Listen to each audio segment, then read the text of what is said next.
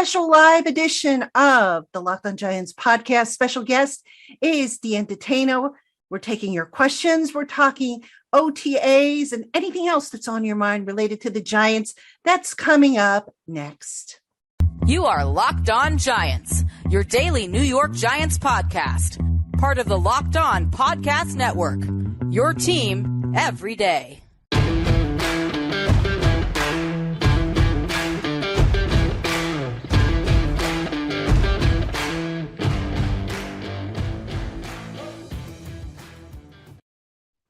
What is up, Giant fans? Welcome to a special live edition of the Locked On Giants podcast. I am your host, Patricia Traina. I appreciate you making us one of your first listens or first watches of the day. I know we're coming a little late than usual, but still all the same, appreciate you listening and tuning in. And of course, as promised, I am joined by DaEntertainah, Mr. Chris Gozo. Stand up, my friend. Stand up, New York Giant fans.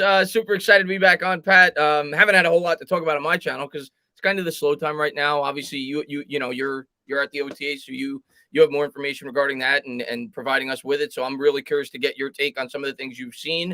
And I'm just really excited for this season to get underway. I mean, it's going to be here before you know it. And we got a lot to look forward to with the rookies and the new coach and the new offensive coordinator. So it's going to be a really fun year coming up for the New York Giants. Plus, it's Daniel Jones' birthday. Yes, it is. He turns 25 today, the birthday boy. Let's hope he balls out this year. I really want to see him ball out.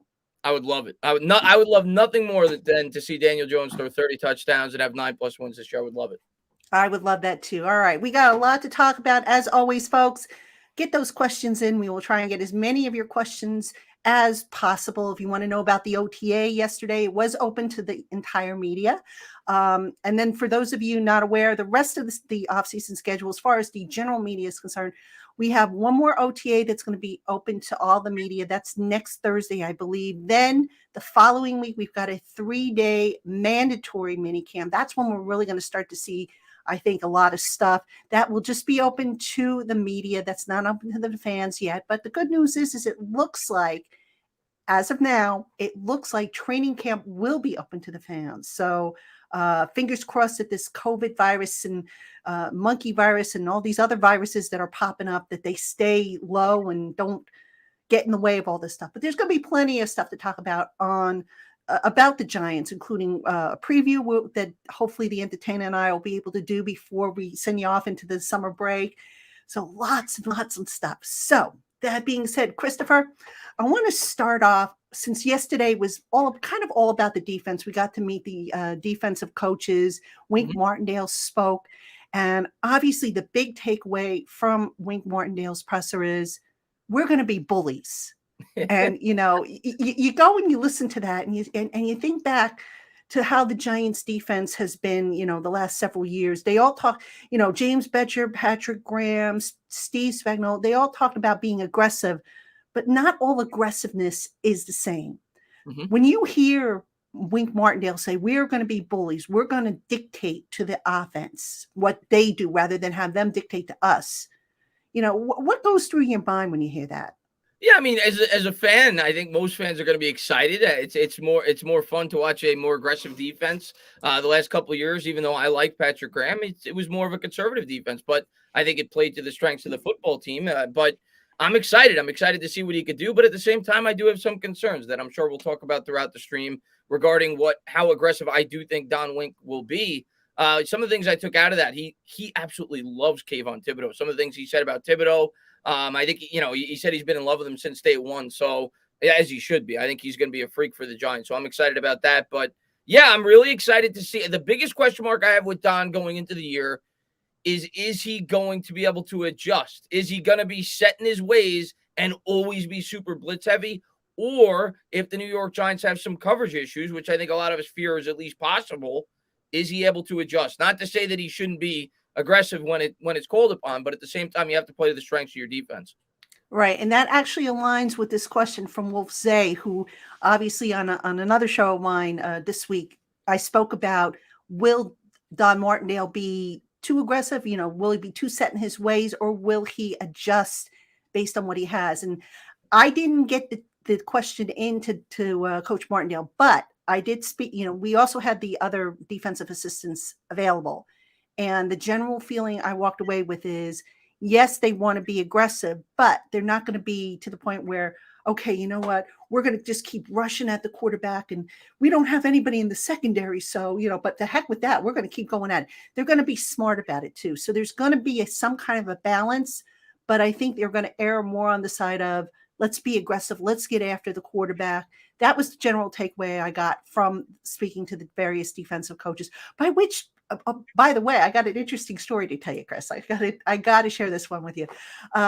Drew Wilkins, who is the outside linebackers coach, really super guy, by the way. We got to obviously talk to him, and then afterwards he hung around and he was, shooting the breeze with a bunch of us. And he mentioned that he follows a bunch of, I guess media members and content creators on Twitter. He doesn't, you can't tell that it's him because he's got, he's got like a burner account. I guess you could call it a burner account. But anyway, I'm like, oh, that's cool. Because, I'm sitting there talking with him and he goes, you remind me actually to do my Wordle every day. Because I do Wordle every day. And I post my results most time, when I remember to do it. I see that on Twitter. And he goes, man, you're really good at Wordle. And he says, you remind me to do my Wordle. So that's how I knew he wasn't, he was straight up on that. But really great guy, very helpful. All those coaches yesterday, and the offensive coaches as well. I don't want to leave them out, but just a really, really good staff based on what we're hearing so far. Now, obviously, they haven't played any games. We'll see how things develop, but I like how Daboll wasn't married to picking guys that he knew in a previous life. He was open to bringing in the best candidates, which, quite honestly, not all head coaches do. I know Judge didn't do it. And I was talking with, a colleague of mine yesterday, and we were talking about how, in retrospect, Judge built a good college staff, but, right. College is, one level of play. NFL is different. You need somebody who kind of can work with both levels. And that's where we think maybe he went wrong. Yeah. I mean, listen, I was excited when he brought in a lot of college coaches because I thought it could help with drafting and recruiting and relating to the players. So, whatever. I'm going to give this coaching staff an opportunity, but I do think a lot of Giants fans look at that and they say, hey, they got more ready coaches, guys that have been in the game before. And the one thing that I've seen this offseason that really stands out to me on both sides of the ball, not just the defense, but the offense, from some of the things that Daboll said, this is going to be a much more aggressive team. They're going to take shots down the field. At least it sounds that way, which is refreshing to me. I'm open to it. Yesterday, a lot of Giants fans, they jumped the gun, and I get it. It's offseason. It's OTAs. You don't have much to talk about. And you get it from both sides. When Daniel Jones throws the ball through the net, people say, oh, my God. And when you hear that Daniel Jones throws 2 picks, people say that, the season's over. Daniel Jones stinks. But at the end of the day, I'm not going to read too much into it. But in a way, I almost welcome interceptions from Daniel Jones because to me, that means they're taking more shots down the field. I don't want this conservative nature this year. I'm okay with Jones throwing 15 or 16 picks if it means 29, 30 balls go in the end zone. So that's what I'm most excited about this year is just on both sides of the ball. I think we're going to be a much more aggressive team, win, lose, or draw. I think they're going to find out what their players got, which is refreshing based off the last couple of years with Joe Judge. Yeah, and you got to be aggressive to a degree. And you know what? Daniel did throw a couple of interceptions yesterday in the OTA, but they weren't his fault. The receivers fell, right? Right. One was bobbled and picked off, and I think the other one, the receiver fell down.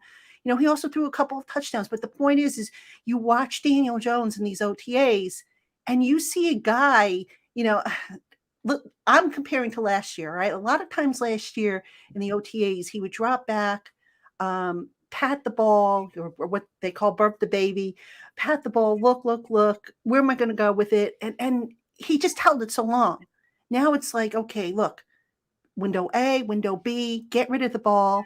He's getting rid of it. And, he's taking more chances because if you know that your job is on the line or you've got this extra pressure knowing that, oh my God, I can't make a mistake. Now you're going to play a little uptight.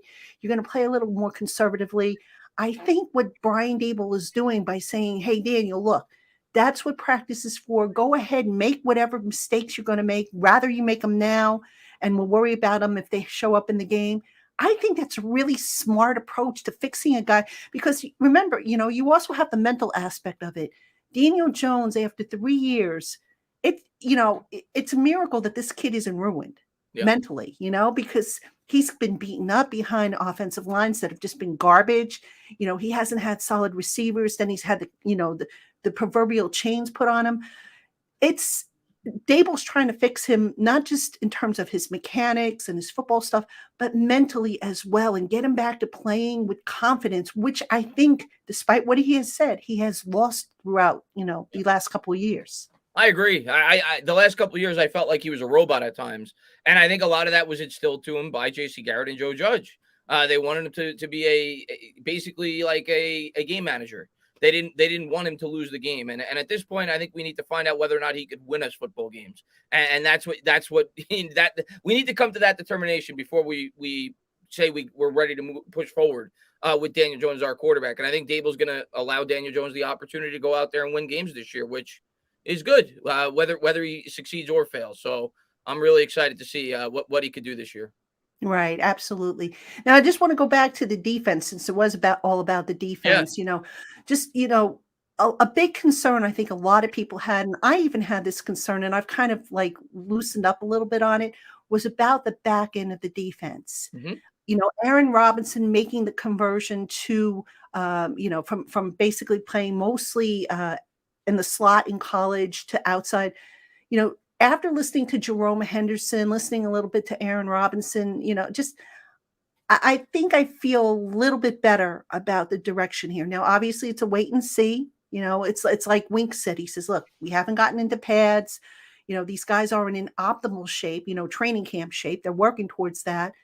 But there was enough to see from the defensive secondary to make you say, maybe they won't be as big of a weakness as we all initially thought they might be. Yeah, I saw the clip, the touchdown catch at least, where Aaron Robinson was on Wendell Robinson, which was an incredible catch. But the coverage actually looked good, and I know it was only one play. But yeah, I think that's the biggest question mark going into the year, at least for me, on the defensive side of the ball, and hopefully he can provide good corner play on that side. I definitely think he's got the potential. The question is, can he do it? So we'll see. But I'm really excited about that. I think that's the major storyline on this defense. Yeah, absolutely. And I feel a little bit better about the defensive secondary. Do you think Robinson is the favorite right now? No question. Yeah. No question. I think it's his job to lose.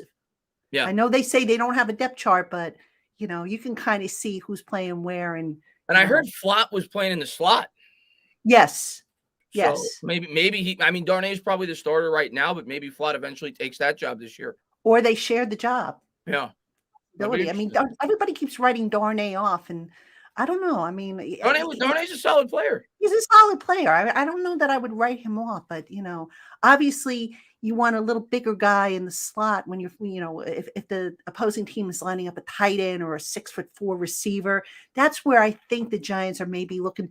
That's why I think that slot position is going to be more of a committee approach. If I had to take a guess, you can't have a 5'8" guy going against a 6'4" guy. The contested catch ratio is not going to be in your favor if you do that. So, all right, let's get to a few of your questions, everybody. Dustin Mosley, what do you think about Wink saying Jerome Henderson is the best DB coach in the league? Do you think he was just saying it?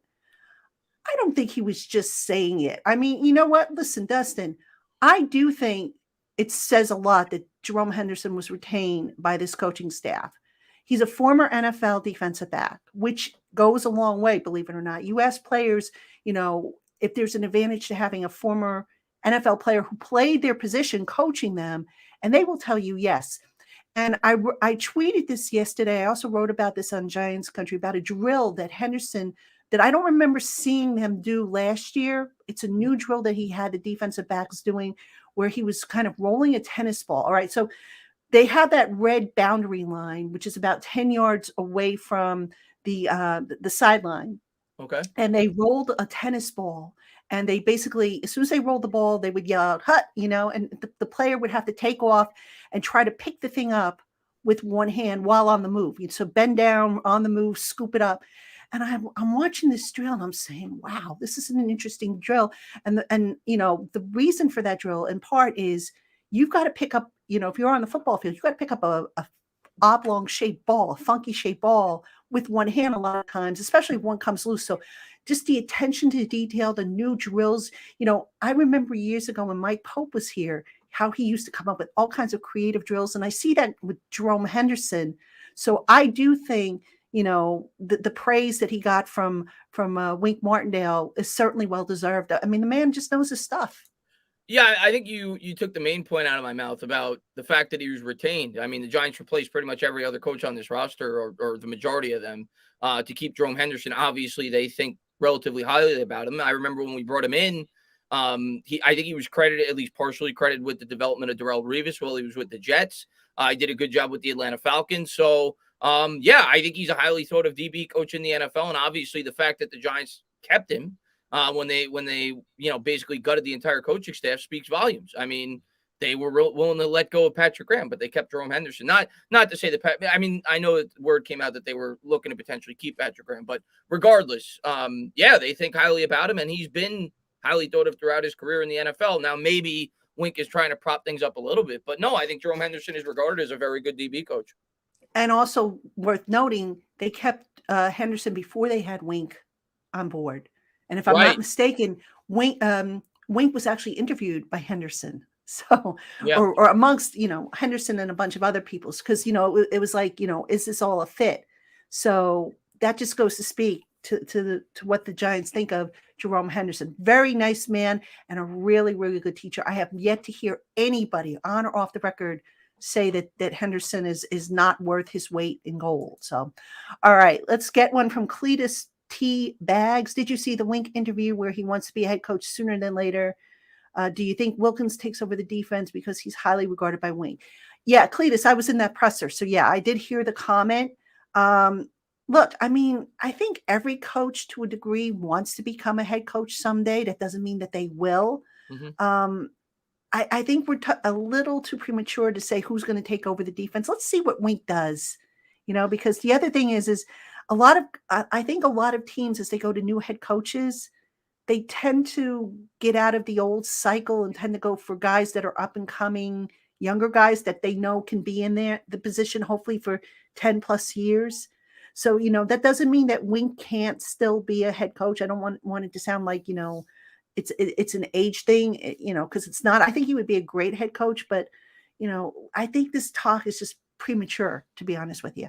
Yeah, as far as that goes, I don't worry. Yeah, as a matter of fact, I hope he becomes a good head coach, because I'm going to tell you what, if he becomes a head coach, that means he did a good job with the New York Giants. That's something that good teams have to worry about. When their coaches perform well and the team performs well, it's inevitable. You're going to lose some of your coaches. So, when your team performs well, you're bound to lose some of the coaches from within your coaching staff, whether or not they have a plan. Who knows? It could be if they were to replace him in a year or two, it could potentially be somebody not on this New York Giants roster. There's no way of telling that, but I'm not worried about that. That's a good thing, in my opinion, if we start to lose some of our coaches, because that means the team is playing well. Yeah, absolutely. I mean, you don't want to see it, but I mean, you don't want to see it. You don't want to lose your coaches, I should say. You want to see the team playing well, but that's just how things go. It's just how things go. All right. Independent Outsider wants to know about the biggest challenge Kayvon Thibodeaux will have to getting to the quarterback, and how quickly will he adjust, in your opinion? I would say probably the biggest adjustment, and not just with Thibodeaux, but any rookie, is strength. They come in and they're strong, don't get me wrong, but there's the NFL, again, a lot of guys say that once they get into the weight room and they're in the program for about a full year, they notice a big difference in strength. Mm-hmm. So that, I think, would probably be one of the challenges I could see KT having right off the bat. Yeah, I mean, I think it's going to be the speed of the NFL for sure. That's every position, right? It's different than college football. And I think the other, it's going to be developing his pass rush moves. I mean, you see a lot of his pressures that he got at the collegiate level came off the speed rush, off the edge. He was able to beat those guys with just pure athleticism. There's going to be times where he's probably going to be able to do that in the NFL as well. And he's really strong. He can win with the bull rush, but he's going to have to further develop himself as a pass rusher. A lot of people compare him to OCU Minora, and I see the comparisons based off the speed off the edge, his first step. OC came in, if you remember, he was not very advanced in terms of his pass rush technique. He improved as a player, and he grew in his second, third year. He already had double-digit sacks. So may he struggle this year? It's possible. I mean, I hope not. I hope he goes out there and has 12 sacks, but it's a learning curve. We have to remember these guys are rookies, but Kayvon Thibodeaux certainly has a very high ceiling. And OC, by the way, attached himself to the hip of Michael Strahan. Now, Michael Strahan has already struck up a friendship with Kayvon. So, that's something worth keeping an eye on because, you get a chance to learn from Strahan, a Hall of Famer. And He's so thin like a sponge. Exactly. And OC did that. I remember OC telling me that many times that, he would sit there like a little kid listening to, his idol talking about, things. And Strahan always used to tell me, oh, one day OC is going to be better than me. He's going to break all my records. I mean, that's how nice that relationship was between Tuck, the two guys. I'm sure. I'm saying same thing with Tuck too. Tuck, not so much, believe it or not. Really? Tuck, and he would go to Strahan, but Tuck also, I think, had a little bit more of a chip on his shoulder because if I remember correctly, wasn't Tuck a third rounder? Was he a third rounder or fourth round? He was round? A third rounder out of Notre Dame, yes. And the talk was he should have gone higher, and I think he always had that chip on his shoulder, and he was determined to really show people that he was underdrafted. So, but yeah, I mean, look, I'm not saying that Tuck didn't cozy up to Strahan to get tips and whatnot, but some guys do it more than others is what I'm trying to get at. I agree. I remember hearing that about OC countless times during the game. So you're absolutely right about that. Yeah. All right. Let's see what else we got here. Neymar, Saquon, will Darius Slayton be cut? We have to see. I think Darius Slayton is going to get an opportunity to compete. I keep saying that. If the team were to cut him right now, what kind of message are they sending to that locker room? They don't need the roster spot right now. Yeah. Let him come in. Let him compete. There's no harm in that. Who's to say that Darius Slayton in this offense won't develop into a solid contributor? I mean, I just don't get. All right, I do get it. It's the $2.5 million cap savings, but let's not be so quick to cut the guy yet. Give him the benefit of the doubt. I don't see the need to cut him at this point. Had you been trying to keep James Bradberry, then I saw the reason to cut him and a couple of other players to try to maneuver some cap space in order to keep him. But now that you cut Bradberry, now that you're pretty much evened up with the cap space, what's the reason to cut Darius Slayton? Our entire receiving core is injury prone. He's still at least a capable wide receiver in the NFL. You need players like that, whether or not he's going to be starting or not. I mean, Kenny Galladay's had a number of injuries in the NFL. Kadarius Toney's already displayed some injury problems. Sterling Shepard. So we're thin at that position after those guys, and those guys are injury prone. So I see no reason to cut Darius Slayton. $2.5 million for a fourth or fifth wide receiver in the NFL today is not that much. Look at what he doesn't play special. He doesn't play specials though. He doesn't play specials. I think he's going to make the team. I unless we trade him, I think he's going to make. I don't know if look, if I were to project the receiver group right now, I don't know that I would have Slayton as the fourth receiver.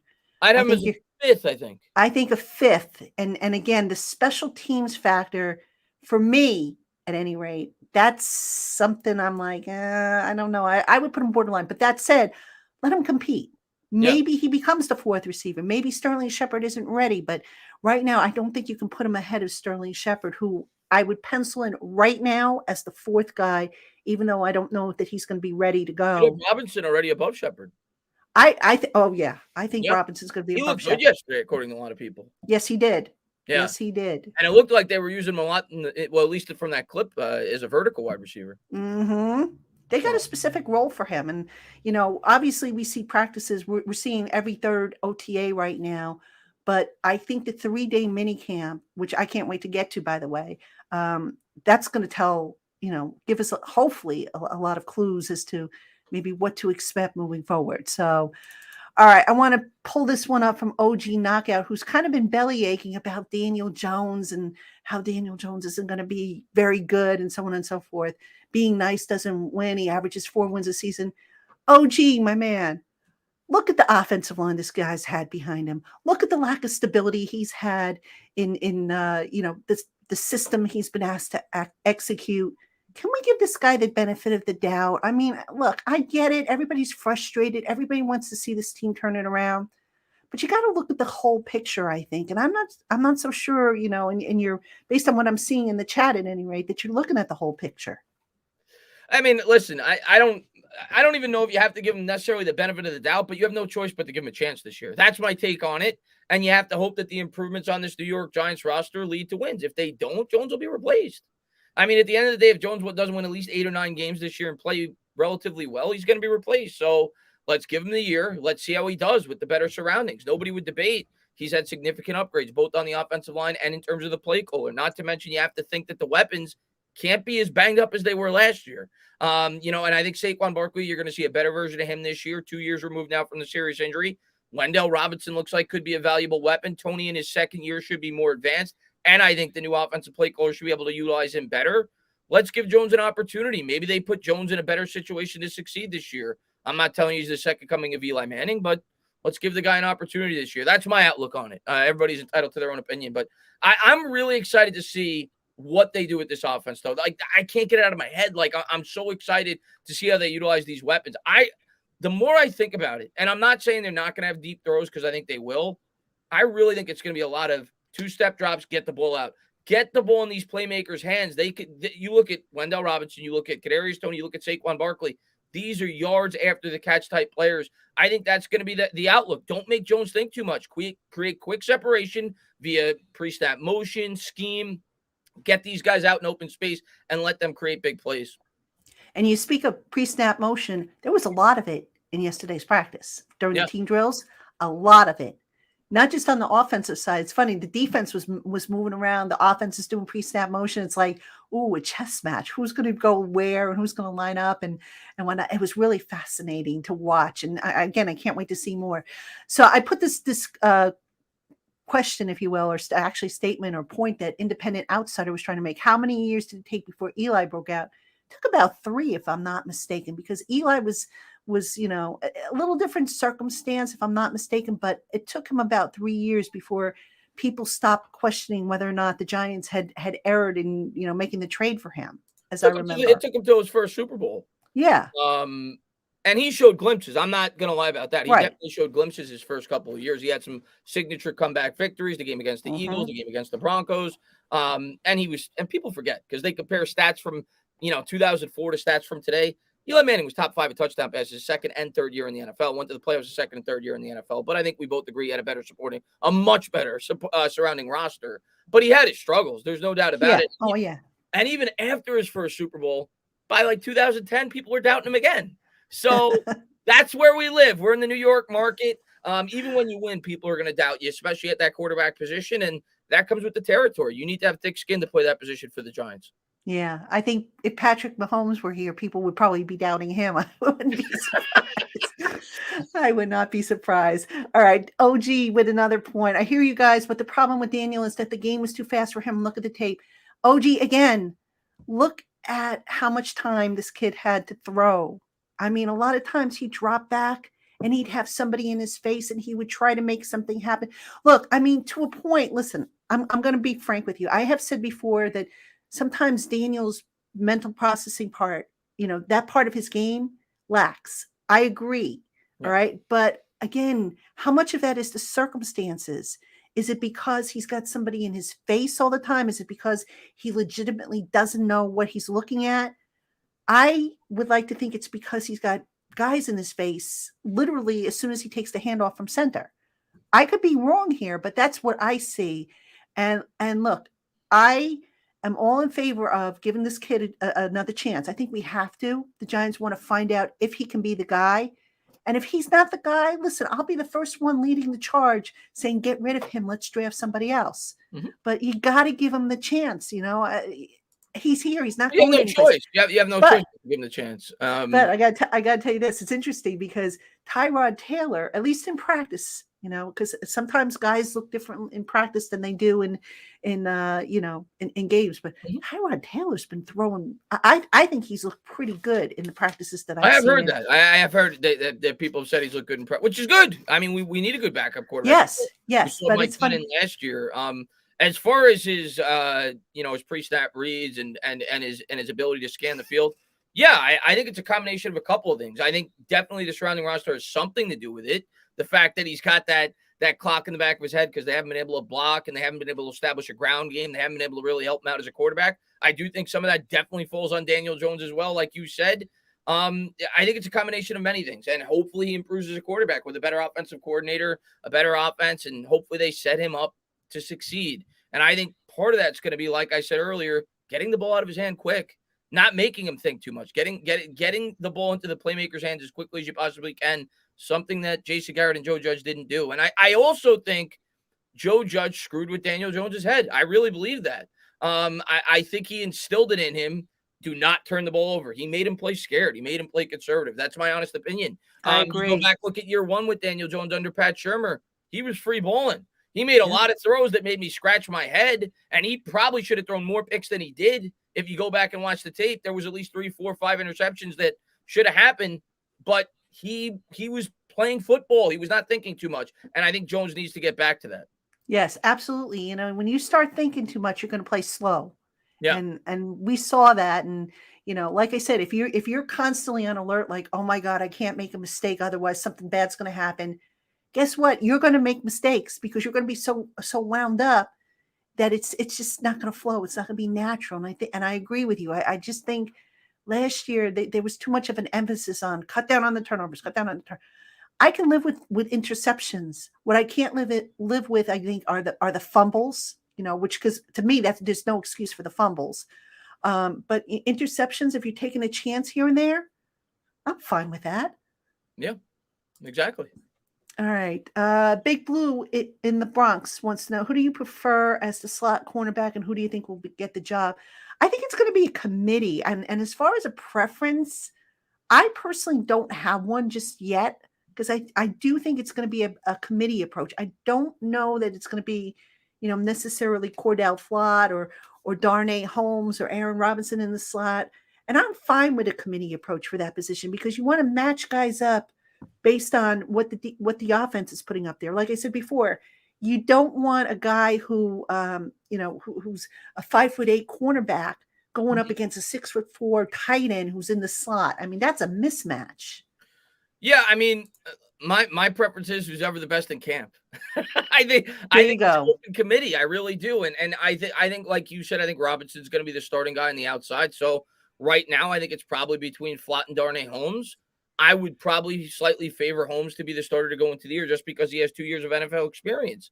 Flott played on the outside at the collegiate level. He's still a bit undersized. He only weighs about 165, 170 pounds. So, but who's ever the best? If Flott's the best, give him the crack right away. I think that's what this year is about, analyzing our younger players and see if we can push forward with them. So even though I do think Flott's long-term position may be on the outside personally, it looks like they're going to start him in the slot. So we'll see. But whoever wins in camp, man, whoever does the best job.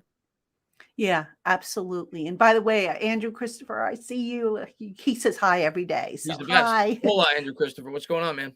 Yeah, I lost it. I saw the message, but it scrolled down. I'm getting a lot of messages in here, but I did want to send a shout out. Every day he says hello, and I try to say hi every day, but sometimes I don't get to the comments on the video. So I apologize. It's not that I'm ignoring you. It's just sometimes I don't get to them. So I do try to get to them. Anyway, so Authentic asks, what are the odds that it's just Daniel Jones, that he's just no good? Look, I think if Daniel Jones wasn't any good, he would have been out of the league a long time ago. You know, you would have had maybe a Kyle Lauletta situation. You know, Daniel. Here's the thing with Daniel. All right, Daniel works at it. He really puts in the time. You know, everybody I talk to from the Giants says the same thing. He puts in the time. He asks questions. He really is committed to being good. Now, is he going to be Hall of Fame good? Probably not. But is he a guy that everybody feels that a team can win with? Yes. Was he overdrafted?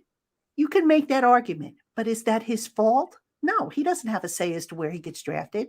That's on the previous regime for quote unquote overdrafting him.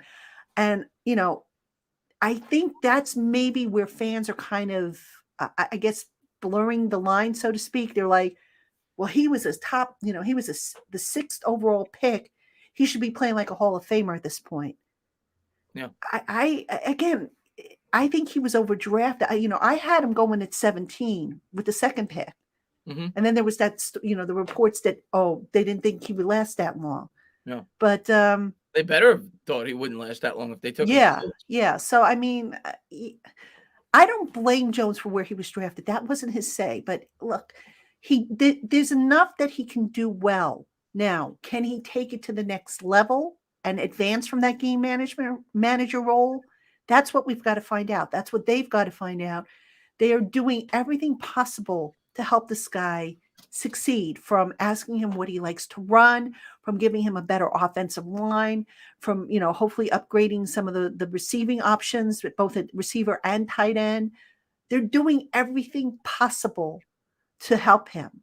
If he doesn't take that next step, that's on him. That's when we're going to know that, okay, the odds that it was him, here they are. Here's the evidence. Yeah, and what's going on, Authentic, man? Thanks for popping in. As far as what he had to say, listen, I don't know what your definition of whether or not he's not good. Do I think he's good enough to be in the NFL? Yes. Do I think he's good enough to be at least a really good backup? Yes. Do I think he's probably good enough to at least be a journeyman quarterback? Probably. A guy like Teddy Bridgewater, a guy like, I do think he's that. The question is he good enough to push forward with for the New York Giants? Is he good enough to be that franchise guy, to command a second contract?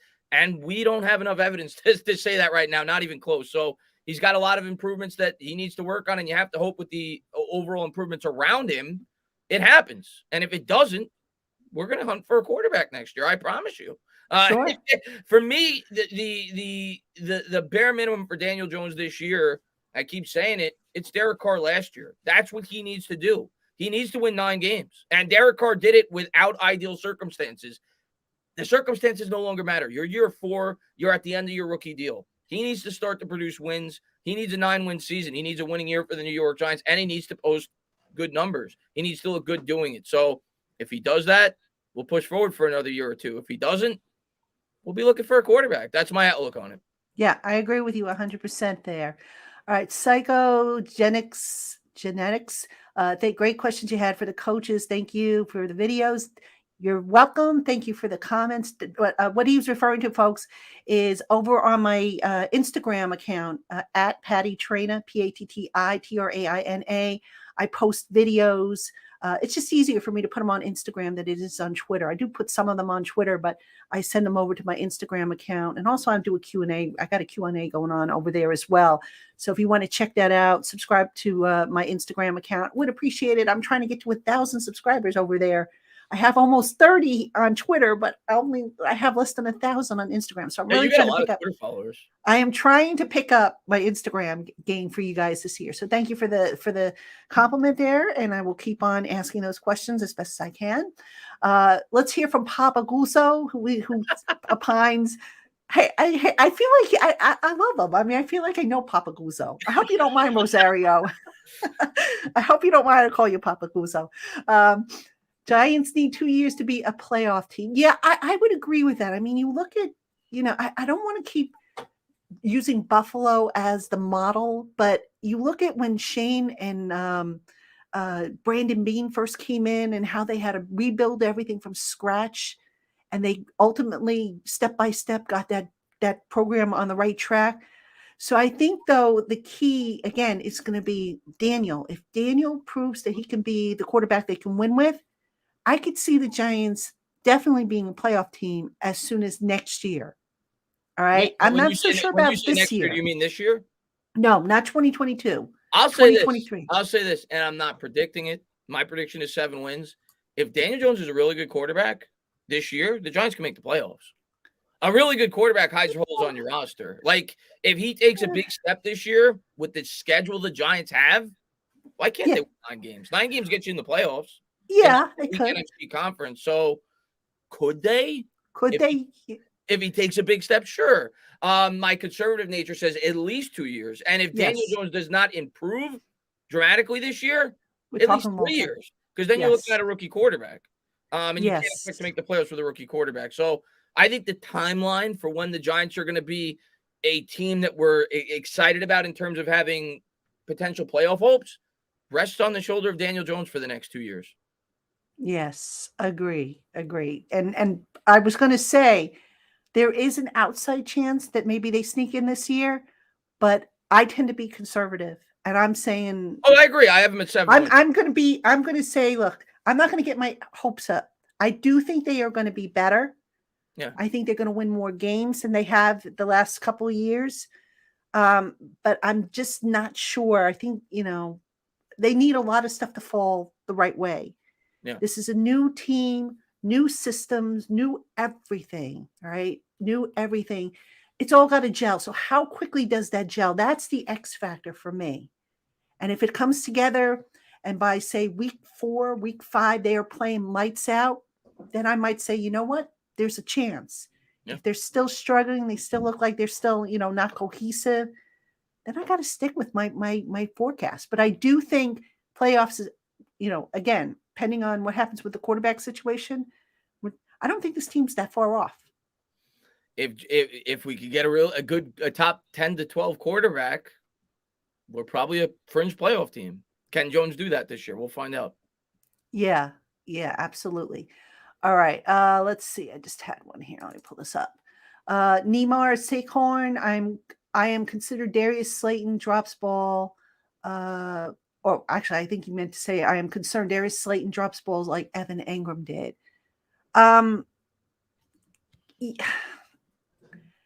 Yeah, here's what I'm concerned about with Slayton. The production has dropped from him. I think I posted a stat on one of my Giants Country articles in which I talked about how every year since his rookie year, his numbers have gone down. That's not what you want to see from your draft class. Look, I'm working on something on the 2019 draft class. I'm doing like regrading them because it's been 3 years now. And, right now I got to give that Slayton pick. I'm going to give, a negative grade because he's not going up. He's going the opposite direction. That said, how much of that was injuries? Because I do know he had injuries the last couple of years that he tried to play through. How much of that was scheme? Look, you can't just, to me, you just can't look at a player and say, this guy is terrible. You got to take everything into consideration, and you got to kind of grade on a curve almost. I don't know if that's, Well, here's what I'll say about sense, Slayton. I definitely think the Pat Shurmur scheme helped Slayton personally. Yes.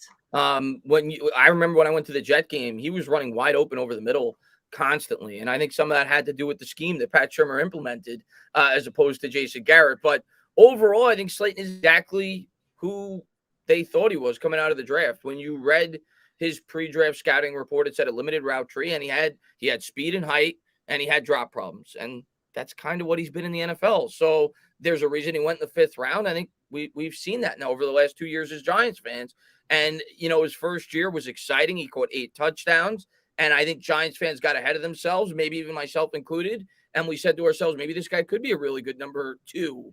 Some Giants fans went as far to say a 1. I wouldn't do that, but maybe this guy could be a really good 2. It happens, obviously, in the NFL. 5th round picks all the time turn out to be really good at the wide receiver position. He hasn't turned into that, not yet at least, and I don't think he will. Certainly not with the New York Giants. And if he is with the team this year, which I'm leaning he will be, I don't think he'll be here much longer than that. I think this will be his last year here. I agree with you, definitely. And by the way, Papa Guzzo's happy, okay, that I call him Papa Guzzo. All right, so now you got a half sister here. He's gonna adopt me. He's so cool. All right, Giant fans. So I have one commercial, just one today, that I do have to run. I'm going to run it. We're going to come back. We're going to continue to talk Giants. We're going to continue to take your questions. So please put them in the chat box, and we will be right back after these words. All right, Giant fans, we have more coming up on today's LockedOn Giants podcast with DaEntertainah. But first, if you were tired of taking supplement after supplement, you need to get hold of an AG1 by Athletic Greens. With one delicious and quick dissolving scoop, you'll absorb 75 high-quality vitamins, minerals, whole food source superfoods, probiotics, and adaptogens to help you start your day right. AG1 is a lifestyle-friendly supplement whether you eat keto, paleo, vegan, dairy-free, or gluten-free. It contains less than 1 gram of sugar, no GMOs, no nasty chemicals or artificial anything, and it still tastes great. Athletic Greens uses only the highest quality ingredients based on the latest science with constant product iterations and third-party testing. So go ahead, reclaim your health and arm your immune system with convenient daily nutrition. Visit athleticgreens.com/NFL Network today, and they'll send you a free 1-year supply of immune-supporting vitamin D and 5 free travel packs with your first purchase. Again, that website is athleticgreens.com/NFL Network. All right, everybody, welcome back. And thank you, as always, for your patience while we run our ads from our sponsors, because without our sponsors, there is no LockedOn Giants podcast. Hey, listen, I know some people complain about the ads, and I'm like, guys, I have to make a living too. So I think it is. Job. I enjoy the ads just as much as the show. I'm telling you, do a great job with the ads. I might so I got a confession to make. Do you know how many takes it takes for me to get through these ads? Some of them, many? I'm just at least 2. And the funny at least thing 2. Is, you make it. I thought you were going to say like 10 the way you said that too. That's what? There have been nights because I have to do the ads. I have to read them fresh for every show. Now, obviously, as you can tell, I had different clothes on. My hair was tied back in a ponytail last night, so I did these last night. But that being said, I read off of a script. So you would think I would nail it in one shot. Yeah. But the way it's written and the way I would say it, 2 totally different things. And there are days where it will literally take me multiple takes, like 2, anywhere from 2 to 5. I mean, one night it took me 8 to do Built Bar, which is a sponsor we've had for over a year. And I'm sitting there going, why can't I get it out? So sometimes I have to splice it together, but still, ultimately if it's that bad, I start all over, but that one I was able to nail. So, but no, I do appreciate our advertisers, and I do the best I can with the ads. So, and all of our products, that we're touting here on the Locked On podcast, amazing stuff. The Built Bars. I mean, I just got myself a new supply of the puffs, which I love. They're like eating, chocolate covered marshmallow, but they're low cal, low sugar, and all that stuff. And you're selling it for them. You're doing a great job. Well, thank you. And Athletic Greens. I mean, goodness, I used to take a ton of supplements. Now just 1 scoop and boom, I'm done for the day. So anyway, I didn't mean to get off target here. So, all right, let's get back. I'm just looking around to see. Let's see what we have here. I'm just looking at some of these comments here. You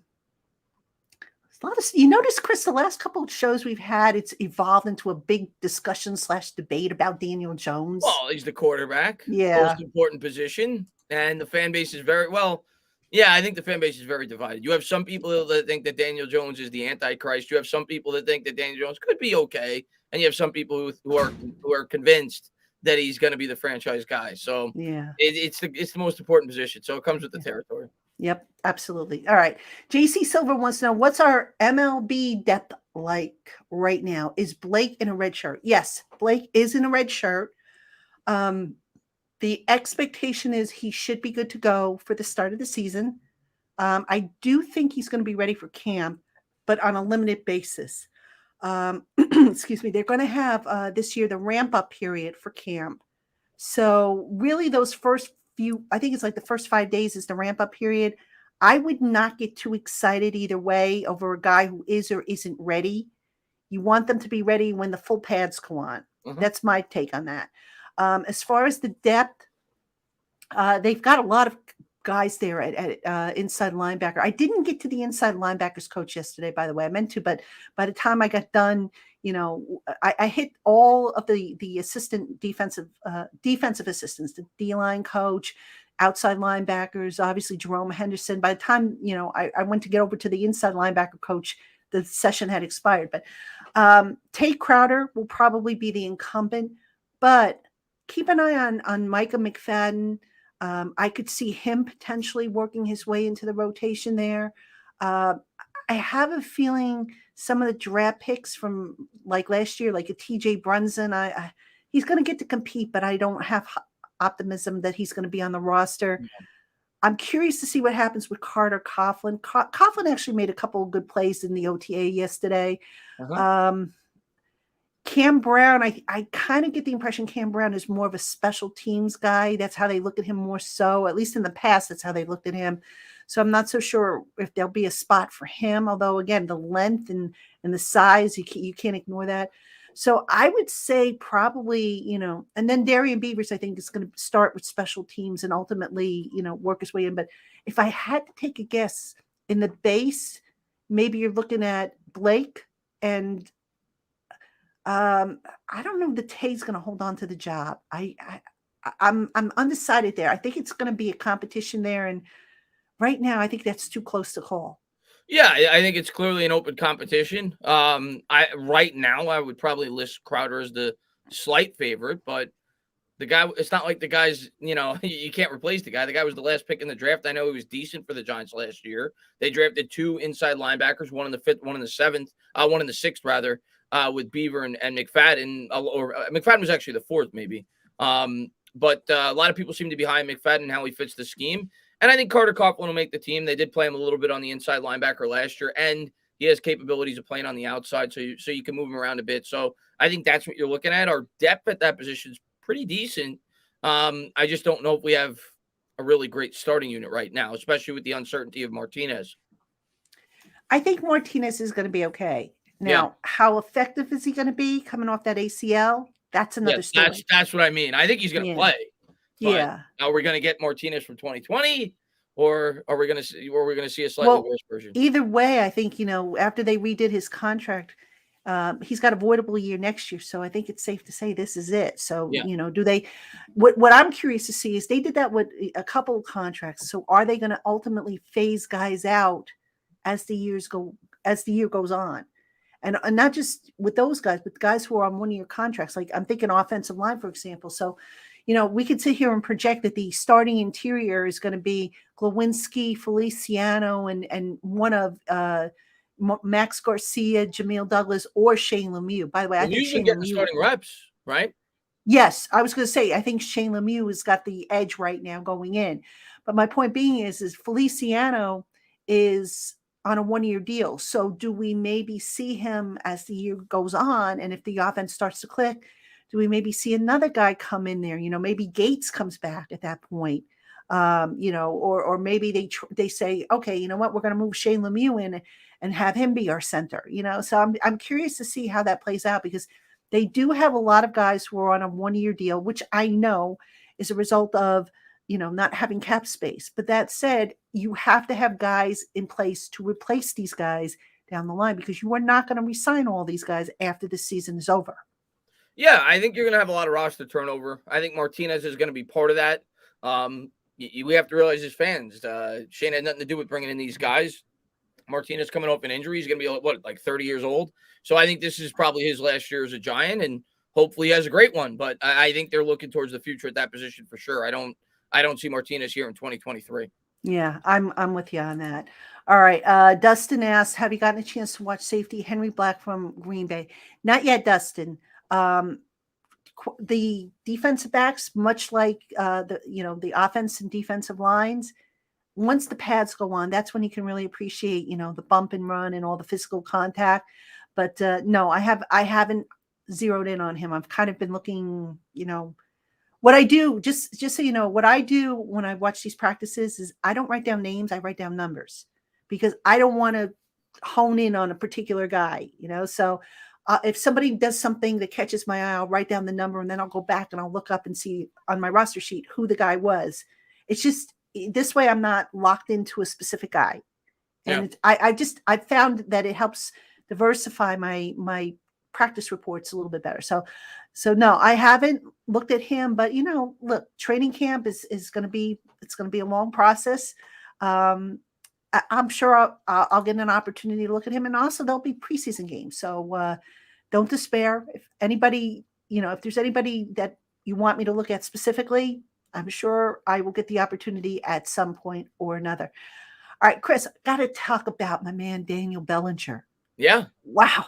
This kid's look good. Really? Yeah. Smooth, coming in and out of breaks. I mean, I don't think I've seen him drop any passes. And I'm sitting here That's saying the to book on myself, him. He didn't drop. If I'm not right. mistaken, Well, he didn't last year, drop the ball I think he's year. had 3 career drops. Okay. All right. So I'm thinking for a tight end duo, I'm thinking Ricky Seals-Jones and Bellinger. I could see Bellinger maybe surpassing Akins. Am I crazy to think think that? he will. I think he will. I think out of all of our draft picks, the ones that I'm most confident are going to, outside of our first 3 picks, he's the one that I am most confident is going to be an immediate contributor for this football team. And it has as much to do with him as the lack of depth we have at that position. But, we're kind of thin there. Ricky Seals-Jones is not really a proven commodity. He's had injury concerns in the past.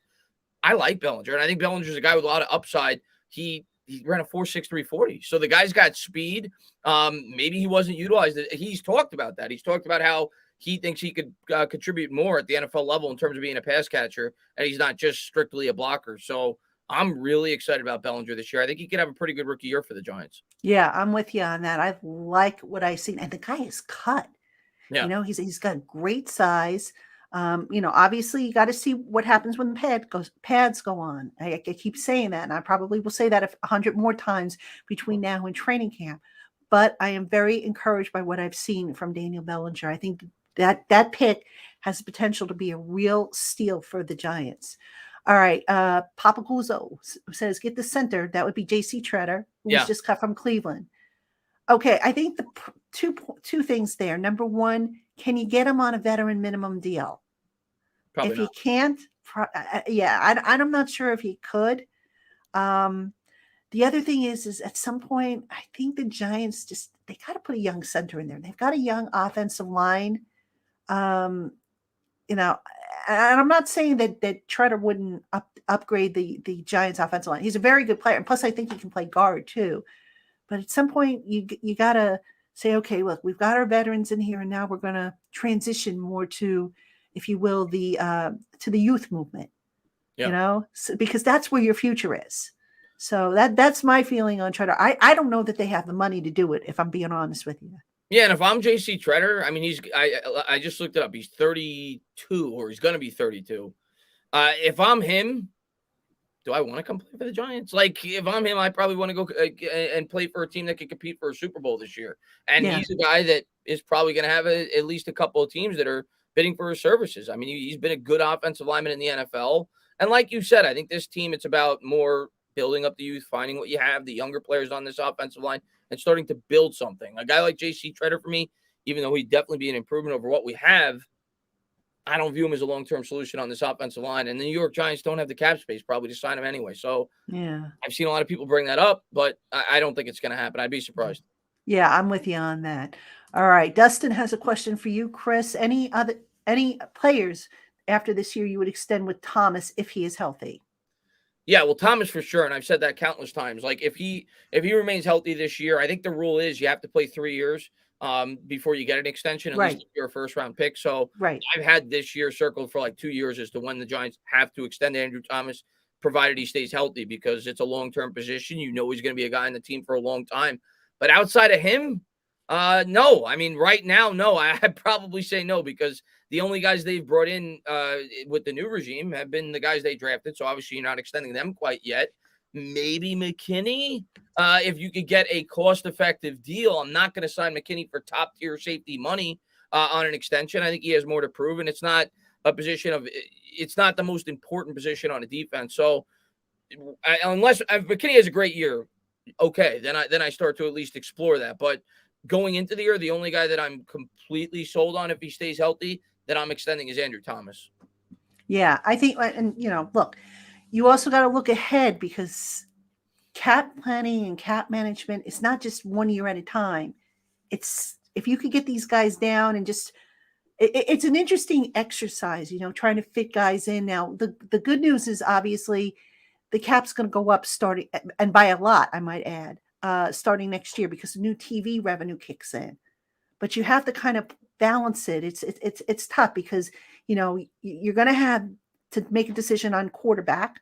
You're going to have to make a decision on Saquon. So you might not have enough money if you start shelling out a lot of big bucks to these guys. You got to balance it and figure out how you're going to fit all these guys in, so that you don't have a scenario like what the Giants got themselves into where, last year they signed all these guys to low 1-year deals or excuse me. They signed all these guys to deals where the first year was low, and now all of a sudden, boom, the second year and third year triple and quadruple. That's how you screw up your cap. So it is a balancing act, and I don't think Kevin Abrams.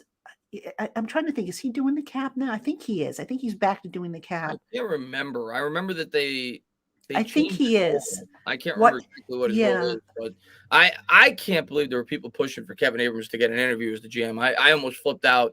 I was so happy when the Giants didn't bring him in. I mean, the guy couldn't even do that job right.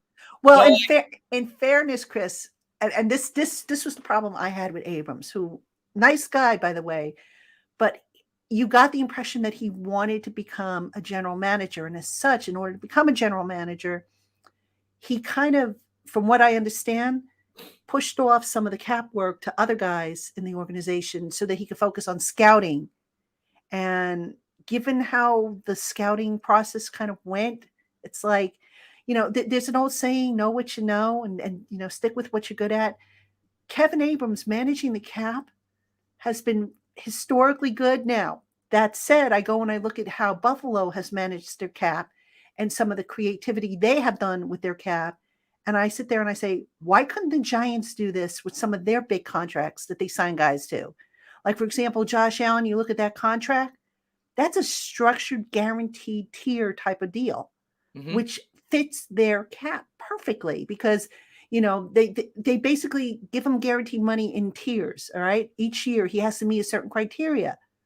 That's the way to do it. That prevents you from being locked into paying $20 million guaranteed in one year. And you don't know if the guy's going to be any good or not. I mean, and I sit there and I say, why couldn't the Giants do this? You look at the high workout bonus amounts, which is a great way to help, push more money towards the player's pocket and reduce your overall liability. I just sit there and, like I said, Buffalo figured it out. Why couldn't the Giants figure some of these things out? The Rams are great with it too. I mean, even I hate to say it, the Cowboys are good with it. The way that they've managed their cap over the last 5-6 years, they've done a good job with some of the contracts they've signed and the way that they've signed their contracts. Even though the Zeke contract's coming back to bite them, but the Giants have not done a good. Everything has been wrong with the Giants. So when they made a change, start over. So I'm glad that they did. Yes, agree. All right. Let's see. This is Stringling the Art Law. What happened with Kayvon's injury at OTAs? All right. So for those who aren't aware, Kayvon has been in a red jersey since Monday. Right? There's no OTA today. They're off today. They've got a long weekend. What happened, I believe, was at the Thursday practice, not this past Thursday, but the Thursday before, he came up lame, something with the hip hamstring area. I mean, we couldn't really tell exactly what happened. Went off to a trainer on the side. He wasn't carted off. He stood there, for the rest of the practice. This was towards the end of the practice, but didn't return. Now, here's the thing. At yesterday's OTA, and I'm not saying this to raise panic, so please, folks, do not panic here because it's only May 27th. But yesterday at OTAs, there were 2 guys on the bike during warm-up, and Kayvon was one of them. All right? Evans, the defensive back, an undrafted free agent, I think was the other one. So that kind of got my attention. Now, that said, Daboll was asked about that. He's like, what's the status here? Daboll did not sound concerned. And again, it's May 27th.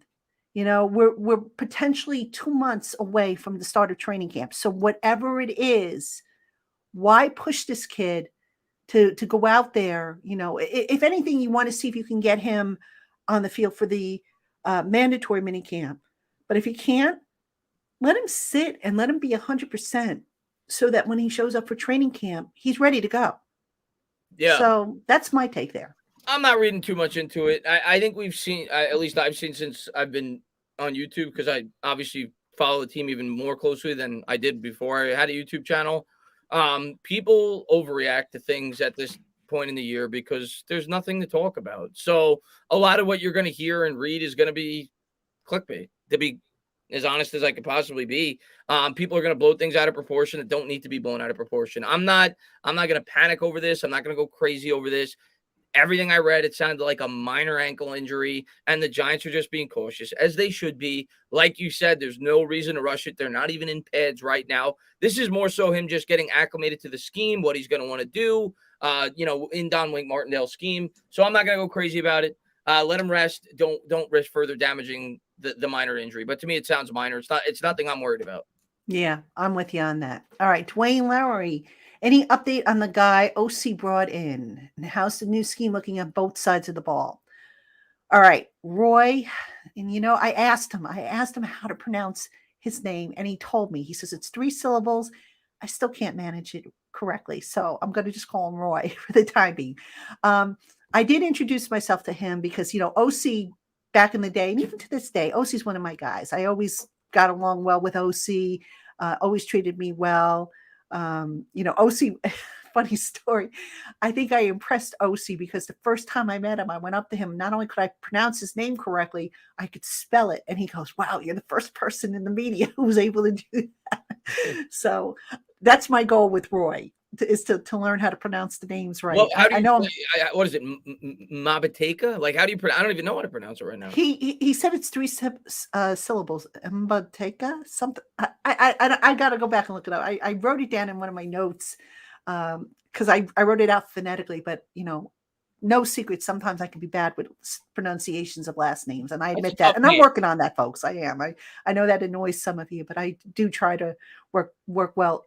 Work at that, because I know I kind of cringe when people batch my last name when I think it's so simple to pronounce. I've had people call me Traina, Trina, and I'm like, it's Traina. It's pronounced how it looks, So I am working on that. But to answer your question, Dwayne, he's a developmental prospect, raw, but oh my gosh, a big dude. 6'9". He is. So I was like, hey, how, like I'm Well, looking up there, like, speaking of big, hey, how's the atmosphere?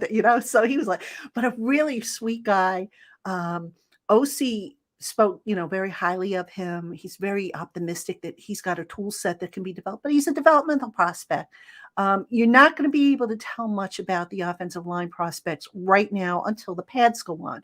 That's how it is every year in the spring. You can look at fundamentals, and quite honestly, a lot of times the offensive linemen are way back on the backfield. So unless you have super high-powered binoculars, you're not going to see a whole lot as far as technique, especially when they go off into the corner behind the building, which is where the blocking sleds and all the stuff are.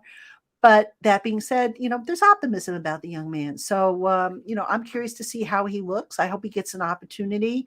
And I think they're going to try and develop him because he's got size. And let me tell you something, his arms are the thickness of tree trunks. I was like, wow. Hey, I mean, you look at the guy the Eagles brought in. He was a developmental guy, and now he's one of the better tackles in football. So like you said, I don't expect any impact on this year's roster. I think he's a guy you stick on the practice squad, you try to develop him, and maybe he is somebody that in the future turns into at least a guy that can help you in terms of depth on the line, or maybe he becomes a starter. It's going to be tough for him to become a starter, though, with the 2 tackles that we have. But speaking about massive, Evan Neal is ginormous. And the more videos I see of this guy, the more I'm just like in awe.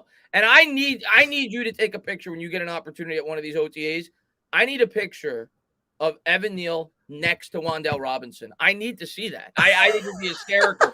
But the more I see of Evan Neal, the more I get excited. Like, I'm buying his jersey this week. I love Evan Neal. I cannot wait to see him on the football field. 6'8". This guy's gigantic, and he's super athletic for a guy his size. He is. Oh my gosh. And by the way, I might be running a giveaway on a you pick your giant jersey thing. So I'm waiting to get approval on that, but fingers crossed that comes through, because I want to do something for my followers and listeners on the Locked On podcast. So details to come on that once we finalize all that stuff. But now regarding the question about the scheme, too soon to tell, because they're not in pads. You do see some stuff, like, for example, I've seen some very creative looking defensive alignments that I don't recall seeing in the past.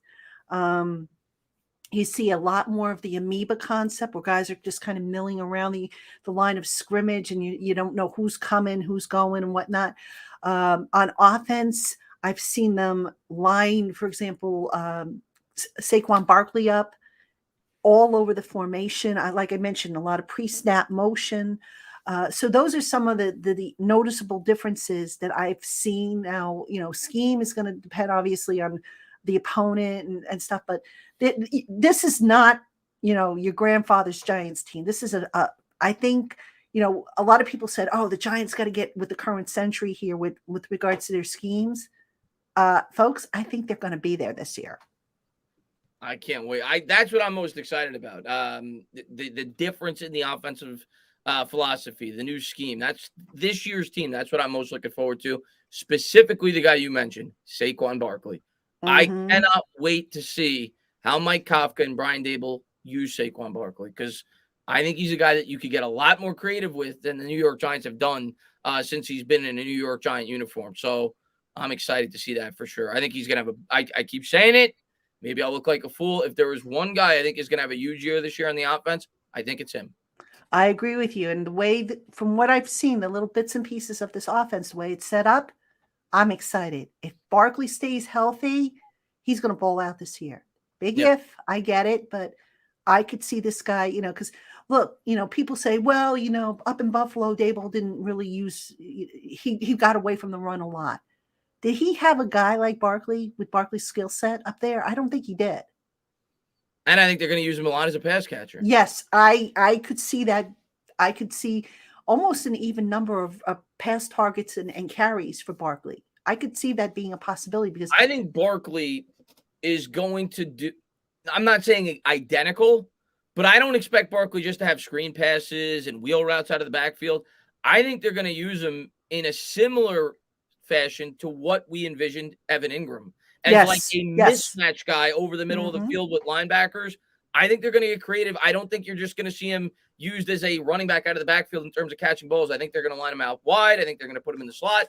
They're going to find ways to create mismatches with Barkley, and I'm really excited to see how they use him.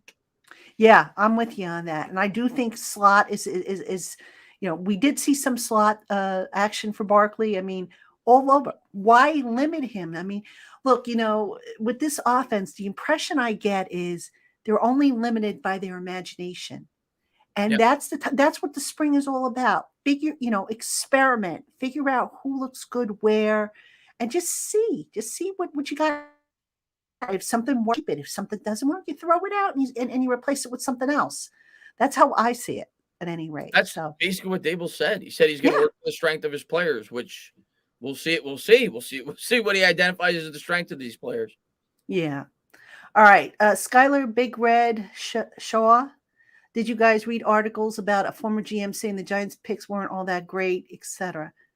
You know what, Skylar? Everybody's entitled to an opinion. It doesn't make it gospel. I think I know what article you're referring to, but these guys get on the field first, and before we kill them and say that they're not good or they're not athletic or they're not this, they're not that. I mean, I don't put a lot of stock in this stuff. I really don't. It almost sounds like sour grapes, and is it a case of the former GM being sour because he's not with an NFL team? I don't know. I don't know the motivation here, but I take this stuff with a grain of salt, to be honest with you. Yeah, I saw it today. I think somebody added me on it. I think it was an article that Dan Duggan wrote, if I'm not mistaken, and it was, like you said, it was an unnamed source. And the guy basically came out and said that they don't have the ceiling that some fans may anticipate. And listen, everybody's entitled to their opinions. No matter who the prospect is, you're always going to get conflicting opinions. Nobody's ever going to be in total agreement about a said prospect. Now, do I think Kayvon Thibodeaux, like he kind of talked about how Thibodeaux may not necessarily have the ceiling of a guy like Myles Garrett? I kind of agree with that. But that's pretty much any edge rusher. Like Myles Garrett is a freak of nature. Do I think Kayvon Thibodeaux is still really good and has the potential to be a really good edge rusher in the NFL? Probably even a great edge rusher, 100%. He said in the article that he thinks he'll be a 6 to 8 sack guy consistently, but doesn't see much more than that. I disagree. I think he could be more than that. As far as Evan Neal, I mean, how could you look at Evan Neal? Go back and look at some of the things that this guy has done. the thing that jumped out to me, I forgot what it was, but it was like a vertical jumping exercise that I saw on Twitter. The guy jumped like 3 feet in the air. The guy's like 6'8". For a man of his size, he moves pretty damn good. So I'm going to disagree with that guy's opinion. I'm not going to say he has Myles Garrett athletic ability because he's just like a god. But I think Thibodeaux's got everything you need to be a really successful edge rusher in the NFL. He's got speed. He's got strength. He needs to, refine his game like a lot of rookies do when they enter the NFL. But yeah, I'm gonna disagree. I think he has a much higher ceiling than that guy let on. You're muted. I don't know if it's me or you, but you're muted on my end. Let me ask the chat. Can you hear me or can you hear Pat? Because I can't hear Pat right now. Let me ask the chat. I'll wait till I get some responses here. Just let us know in the chat, guys. She went away, so now it's just me on Patricia Traina's channel. She is muted, Tommy says, so she'll be right back in. She just left. Now you see like half my face. I'm here. What's going on, Dan Versing, man? What's going on there, Giv? What's going on there, Sedan? What's going on there, Hamnet? What's going on, Mary? JC Silva. She'll be right back. Carlos in the chat. I'll answer your questions on while she's waiting. And now I've got my own. Look at this. I've got my own video. Oh my God, this is great. I just took over Patricia Traina's channel.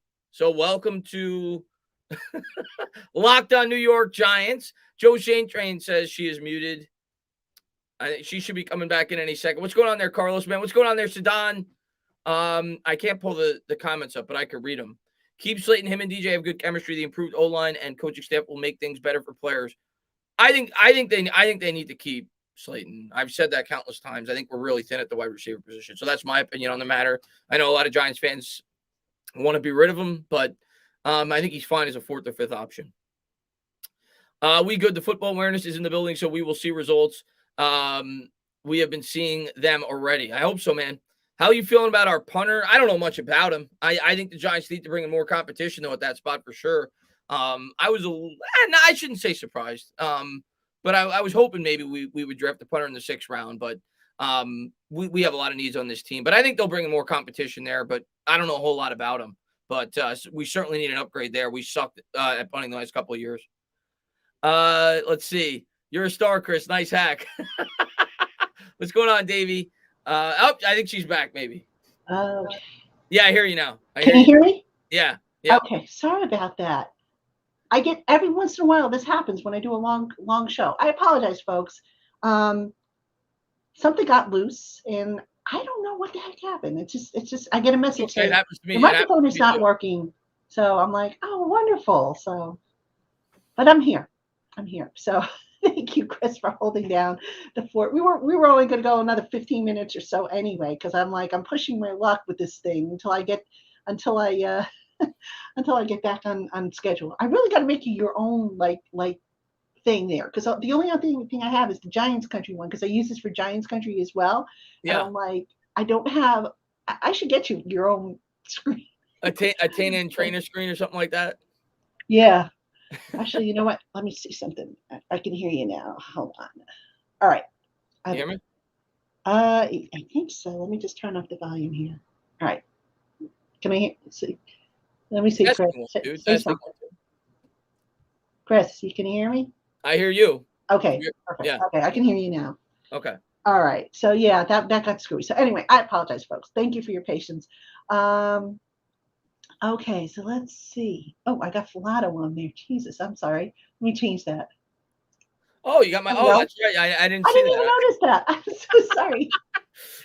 Oh my gosh, I am so sorry, Ross. Okay, we're back. We'll rebound. Sometimes these things go off without a hitch, and sometimes stuff. That's what's fun about live, though. I remember when I first started going live, I used to be upset and nervous anytime something went a little wrong, and people understand. People enjoy that. It brings some authenticity. I think people like it when it screws up just a little bit, not a lot, just a little bit.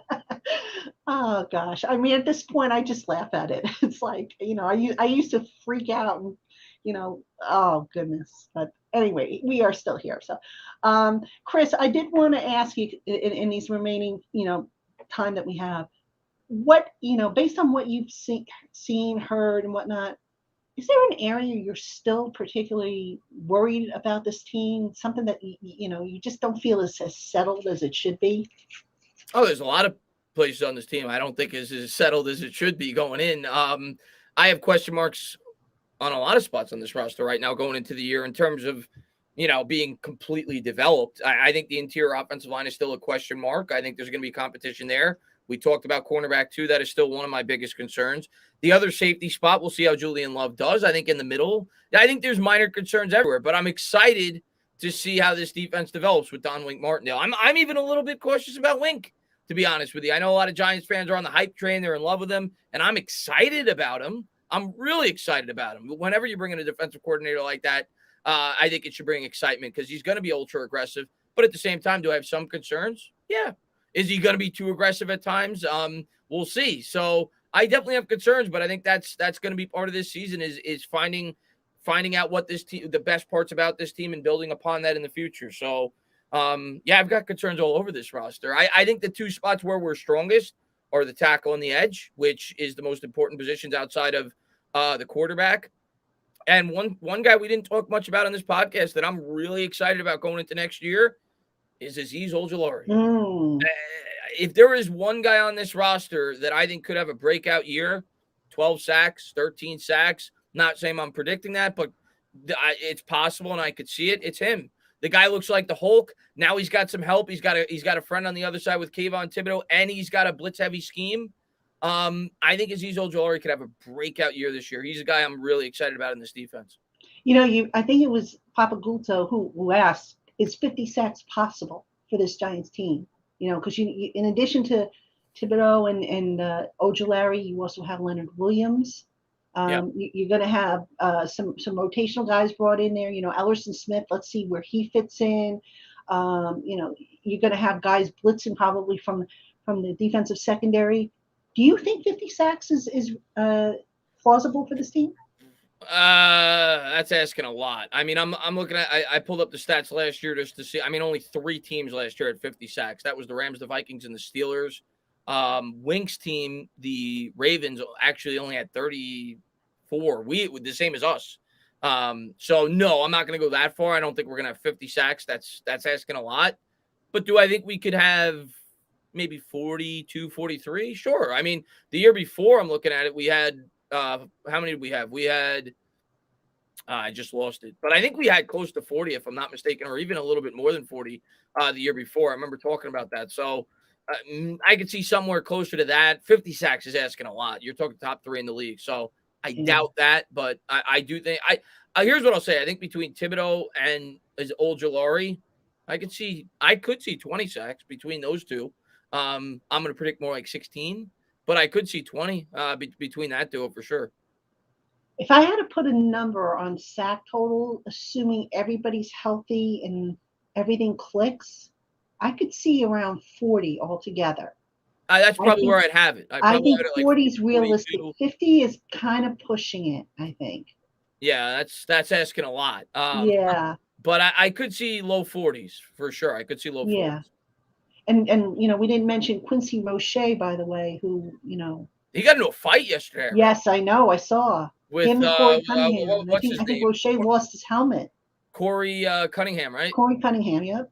Yeah. You don't see that very often in OTAs because, there's no contact. But I like that. I like when my team fights.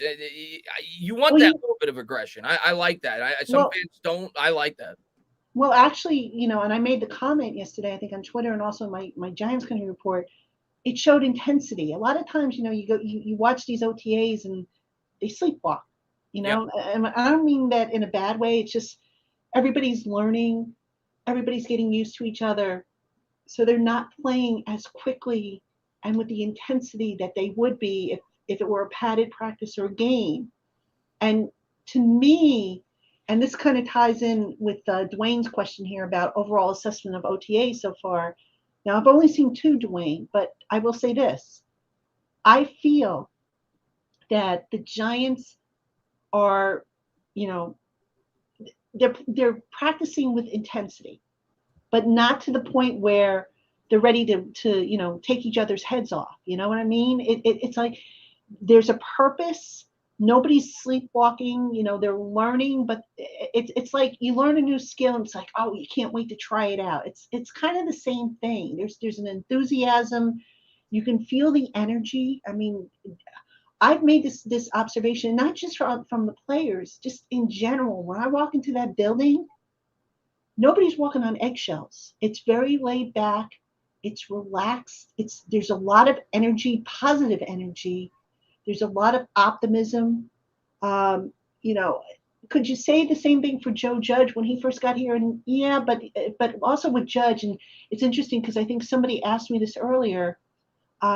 Joe was wound a little too tight.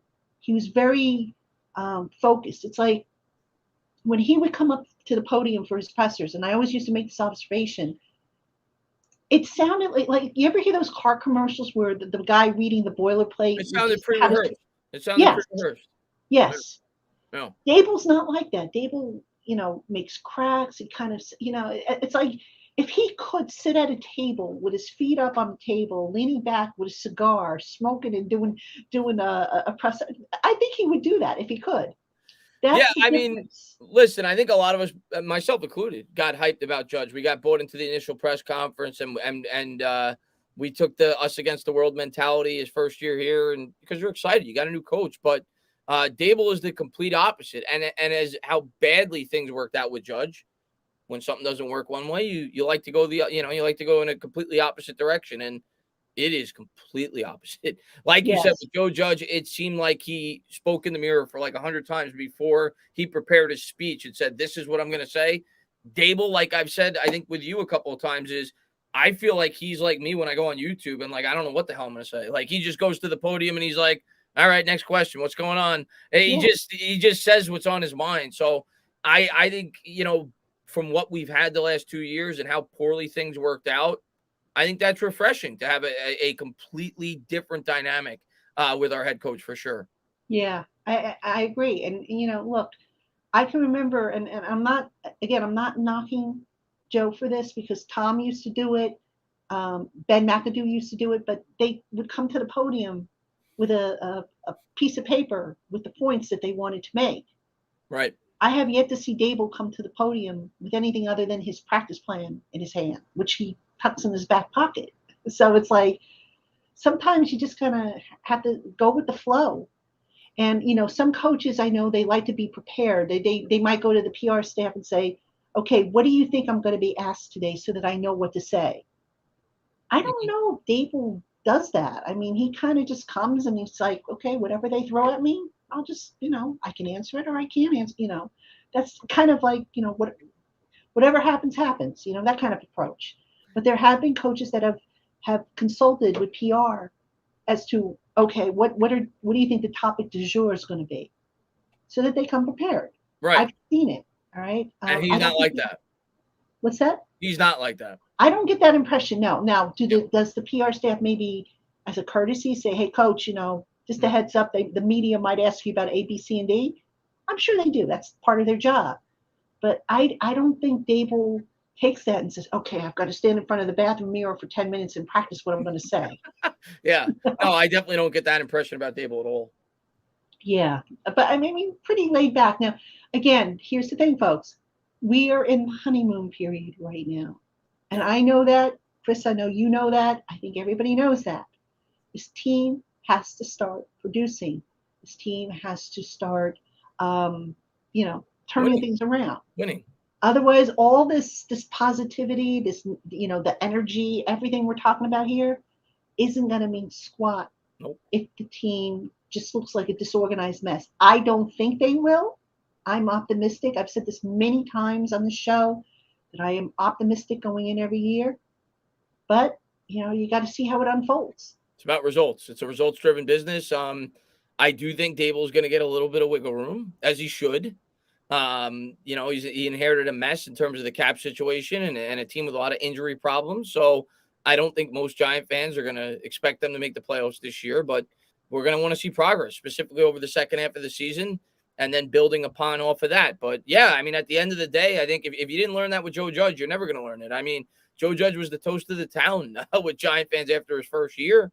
A lot of Giants fans were super excited about him. And the next year, things went up in flames. And he's out of a job. So hopefully history doesn't repeat itself, because we've been through way too many coaches way too quickly in recent history. You think back before that, Coughlin was here for what, like 10 years or thereabouts, even a little bit more, I think.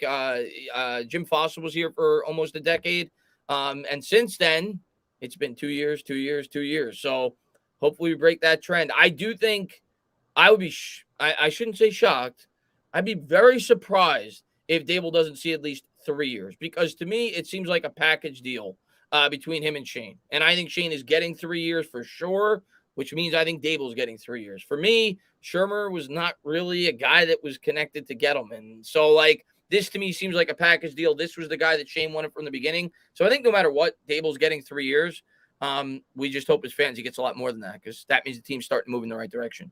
Yeah, and then one other important thing to note about Daboll, unlike Joe Judge, Daboll has experienced, I think, some adversity in his career. Joe Judge, if you think about it, working for Saban, always had a successful program, I think, or for the most part had a successful program. Mm-hmm. Belichick mostly had successful programs, okay? Joe really, I don't think, was exposed to the type of adversity that maybe Daboll was in his career from jumping around. And then the other thing Daboll got sent back to college. Right. And the other thing I like about Daboll is that he's worked for different systems. Mm-hmm. He's not, whereas Joe was that Saban Belichick, that's all he knows. It's kind of like the problem I had with McAdoo. All McAdoo knew was McCarthy. It helps when the coach, is familiar with different systems or is exposed to different systems, because not everybody handles things the same way. And I just did not feel that, when stuff popped up, I did not feel that Joe was equipped to deal with it as well as he could. He wasn't prepared. And maybe hopefully he learns from that and becomes a better coach in the future, which I think he definitely can be. I think Judge was really smart, but he wasn't prepared for this job. I think that was pretty apparent towards the end of last year. Yeah, unfortunately. I mean, I think he can be a great coach in the future, but yeah, I do too. He went back to Belichick, so he's going to continue to learn at the master's heel, so to speak. And I hope he succeeds. I like Joe. I had nothing against Joe as a person. I think he was legitimately good towards his players. He tried to be helpful. Unlike I can't say the same thing about some of the other coaches that have come in between Coughlin and Daboll, but we'll just see how this McAdoo didn't seem like the nicest guy. I got along well with McAdoo. You like McAdoo? I told you the story what happened with McAdoo. Oh, you did tell me. Yeah. Now, did McAdoo? I got a question for you. Did McAdoo's personality change when he went from the mushroom cut to the slick back cut? Yes. Because when he had the slick back cut, I felt like he was like Mr. New York and Joe Cool. The mushroom cut, I felt like he was like that was the real McAdoo, and then he tried to change his persona the second year. Yes, I got along with Ben. I kind of understood where Ben was coming from, but I do think by his second year he had started to read and believe his press clippings, and that's when you started.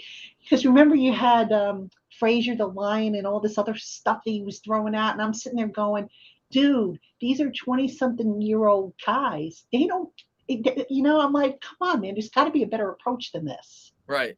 And I never got that. So, but yeah, and then Shermer, I You weren't a Shermer fan. You weren't a Shermer fan. I couldn't warm up to him, and I don't. Yeah. I mean, I told you. I think I told you the other story. You did tell me a story, right? Yeah. Yeah, I'm full of stories. but no, it's true. It's like I just couldn't warm up to the guy. And believe it or not, Shermer, starting with McAdoo started kind of like a trend where the media would come in and we would have like one-on-ones either in person or on the phone with the coaches, kind of like a get to know you type thing. So I got one with McAdoo. Excuse me. I didn't get one with Shermer. Apparently I wasn't on the list to get one with Shermer, which I still don't understand to this day, because I was a regular beat writer by then. I got one with Judge, to be determined with Daboll. I think that they're going to do them, if they do them at all. It's going to be after the mini camp. But Shermer, I don't know, man. I just could not get in. It's like every time I asked him something, he kind of looked at me like I had two heads or something. And I don't think my questions were bad. I thought they were legitimate. I'm sure they were. So I don't know, maybe I and I even tried the, hey, you can't forget my name because we're both Pats, So much for that, right? But anyway, all right, everybody. We got to wrap this up because I got to jump, unfortunately. Otherwise, I'd sit here and we would talk some more now that I got this microphone stuff fixed. So, Chris, I want to thank you, as always, for coming on. Everybody, want to thank you all for tuning in. Next Monday is Memorial Day, so I don't think I'm going to have a show Monday, but I will be back Tuesday, obviously, Tuesday, Wednesday, Thursday. I saw somebody say that they like the special guests that I've had on to talk about the draft picks. I'm still trying to get somebody from Kentucky. Man, that's been tough to get somebody from Kentucky to come on and talk about Wan'Dale Robinson and Yusuf Corker, who's a guy I definitely want to talk about. But I'm going to keep trying. And I think the only other one I don't think I did was Daniel Bellinger. So I'm still working on all that stuff, but we've got plenty more coming up, obviously, on the LockedOn Giants podcast, also on Giants Country. Make sure you check stuff out there. We're going to launch our training camp preview series over there. And Chris, you and I, hopefully we'll get back together after the mandatory minicamp, and we'll start breaking down where things are headed, and then we'll start off into the summer. That's kind of when I'll start putting out content once, like you said, the mandatory mini camp and training camp starts to get into the fold. I'm definitely going to be attending training camp, hopefully multiple days this year. So really looking forward to that. Really looking forward to this upcoming season. I saw Dwayne say, Tana, you think we could surprise the Titans week 1, them not knowing what to expect? It's wishful thinking. I hope you're right. I'm wrong. I'll speak briefly on that matchup real quick, Dwayne. I don't like that matchup. I don't think it's the right type of team for the New York Giants to face week 1. It's on the road. You're going up against an experienced team with an experienced coach. But maybe the element of surprise will surprise them. Who knows? I don't think the Titans are incredible. I think they overachieved last year in terms of being a number 1 seed in the AFC.